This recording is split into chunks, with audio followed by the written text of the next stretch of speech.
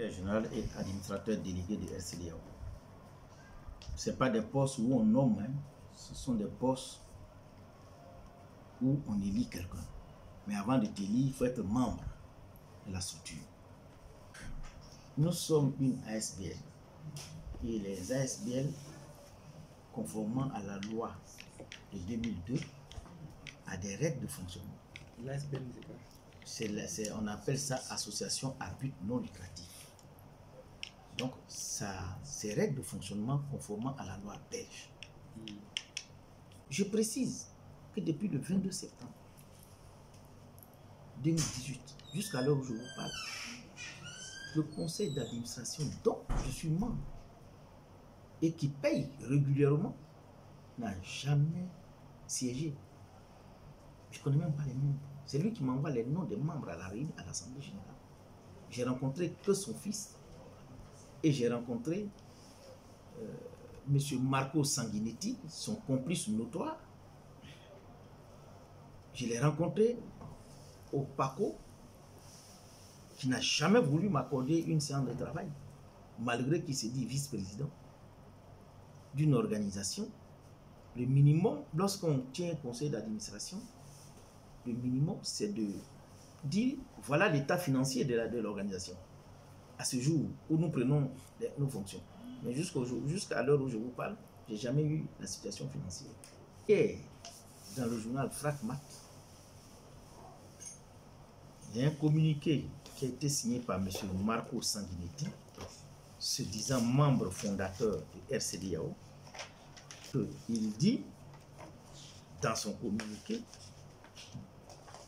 que je suis relevé de mes fonctions de secrétaire général. Voilà un monsieur qui ne sait même pas, je vous ai dit tout à l'heure, on m'a dit que l'amende est là, voilà l'amende, voilà le chèque original. C'est même pas encore payé. Compte tenu des problèmes que nous avons en interne. Ça veut dire que si on ne paye pas, tout l'effort que j'ai fourni au nom du conseil d'administration va être à l'eau. Donc, j'ai eu ce communiqué. Ils ont d'abord déposé au ministère des Affaires étrangères. C'est ce communiqué qu'ils ont mis dans Fraternité Matin hier. Mais pour vous dire qu'ils ne suivent même pas l'évolution de la structure, ce qui les intéresse, c'est le réseau qu'ils ont mis autour. C'est le réseau qu'ils ont mis autour de RCDAO pour duper les États. Je dis bien pour duper les États. Mais les États ne sont pas dupes. C'est eux qui sont dupes. Et moi, en ma qualité d'un ancien attaché de cabinet du ministre des Affaires étrangères de Côte d'Ivoire, j'ai fait tous les pays avec mon ministre. Je ne peux pas me permettre des choses qui ne sont pas vraiment légaux. Je ne peux pas. Donc, c'est une dernière mise en garde que j'ai fait à M. Marco Sanguinetti, qui déjà, je dis bien, M. Marco Sanguinetti déjà fait l'objet d'une plainte de ma part devant la police judiciaire belge. Arrête de faire de la diffamation. Parce qu'il sait très bien, M. Marco Sanguinetti, que le conseil dont il dit qu'il fait partie fait l'objet d'annulation devant le tribunal belge. Fait l'objet d'annulation. Et l'audience s'est tenue le 10 janvier. J'étais à l'audience. Ils ne sont pas venus. Le 10 janvier, ils sont cités devant le tribunal de l'entreprise belge qui gère les ASBL pour avoir organisé une assemblée générale fictive. Et par ricochet, passer par des mailles pour faire publier une liste au moniteur belge.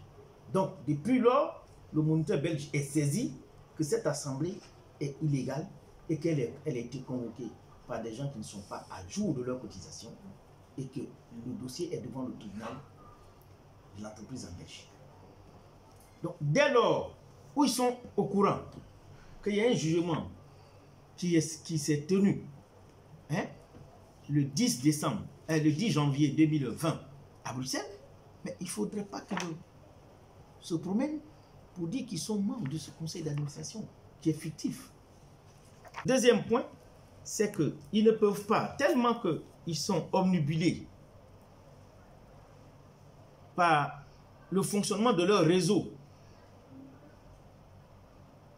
qui est animé que par des faussaires. Puisque j'ai les preuves. J'ai dit tout à l'heure qu'une plainte est portée contre M. Marco Sanguinetti devant la police belge. Il est là, la plainte. Pardon, que la plainte est portée par moi, en ma qualité de secrétaire général. Hein, et que ça est là, hein, M. Marco Sanguinetti. Ça est là, M. Marco Sanguinetti. Européen, il est italien. Il sait très bien que la justice belge ne joue pas. Qu'il fasse attention. À son âge, je n'ai pas envie d'aller plus loin que là. Il faut qu'il cesse ses manipulations dans les journaux. Je ne vais pas m'étaler tous les jours dans les journaux, mais il faut qu'il arrête. Donc je disais que cette assemblée générale a fait l'objet d'un jugement le 10 pour annulation, tout simplement. Maintenant, si M. Sanguinetti continue, je pense qu'il va subir le même sort que M. Dawa, qui vient d'être traduit devant le tribunal correctionnel. Puis, on m'a notifié ce document pour dire qu'il est inculpé, qu'il est prévenu. Les termes sont clairs. Mais ça est là, c'est pas moi qui ai écrit. Vous pouvez le dire. C'est pas moi qui l'ai écrit. L'audience s'est passée hier, ils ne se sont pas présentés. Ni lui, ni son avocat. Parce que j'ai envoyé quelqu'un, puisque je suis l'administrateur délégué. Jusqu'à preuve du contraire, c'est la structure que je dirige qui est légale. Donc s'il veut être poursuivi pour aller dans les prisons de Yopougon, mais qu'il continue. Parce que je peux porter plainte contre lui. Pour atteinte à mon honorabilité, je peux porter plainte contre lui. Parce que le RCDAO ne m'a pas donné de l'argent, c'est moi qui ai mis de l'argent au RCDAO. Jusqu'à preuve du contraire. Ce communiqué qu'ils ont mis dans le Fratmat, c'est un mensonge. Ils font allusion aux décisions qui ont arrêté Sangaré. Mais c'est moi qui ai engagé les procédures, c'est moi qui ai payé les procédures. C'est moi qui ai obtenu cette décision, ce n'est pas eux. J'ai obtenu ça au nom et pour le compte de RCDAO. À ma qualité de secrétaire général et administrateur délégué, représentant légal de RCDAO. M. Sangaré est parti parce que j'ai réussi à faire donner, à remettre tous ces documents au ministre Marcel Amontano le 29. Pour dire que je ne peux pas comprendre qu'un pays aussi important comme la Côte d'Ivoire, un individu a été condamné à 6 mois d'emprisonnement ferme, il ne va pas en prison, et ce pourquoi il est condamné, il se promène dans toute la presse pour dire qu'il est le président RCDAO. Moi, je ne comprends pas. Le ministre Marcel Amontano, qui est un monsieur très intègre, a réuni tout le monde, a réuni ses collaborateurs, et il s'est rendu compte que ce n'est plus possible de continuer avec le RCDAO, compte tenu des problèmes en interne. Donc il a dénoncé l'accord de siège. Donc plus de RCDAO.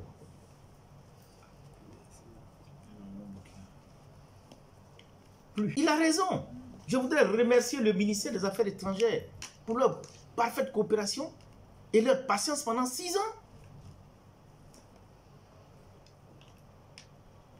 En 6 ans, M. Dawa a fait pratiquement plus de 5 assemblées générales. Il a nommé, il a révoqué, il a nommé, il a révoqué. C'est ça qui nous a mis dans ce problème.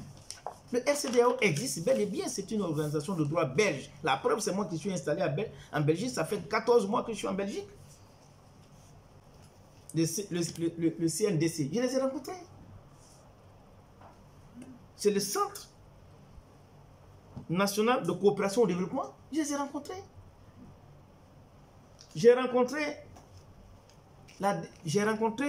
la DGD, la direction générale, ça c'est pour l'État. Je les ai rencontrés.